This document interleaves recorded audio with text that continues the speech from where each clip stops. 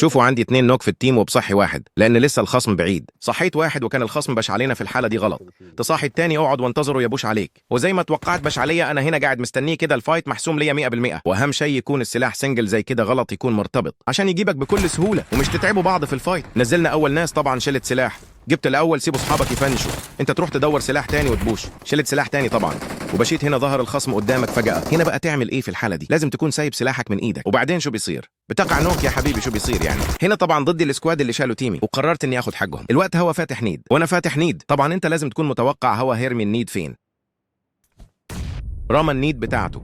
طبعا انت لازم تسبقه بخطوة، تفتح نيد تانية قبله وتقرب من الشباك. دخلت جيم سولو سكواد طبعا بعد ما جبت حق سكوادي، وفي شخص قدامي مكمبر. قررت اشغل دماغي، دي خدعه ما حدا شرح عنها في التيك توك. بس تمشي جنب الحيط كده، الخصم ما بيتوقع ابدا انك هتظهر له فجاه. بعد ما طلعت له فجاه هتعمل ايه بقى؟ اعطيه الكي، خليه يفرح. شوفوا مبسوط ازاي.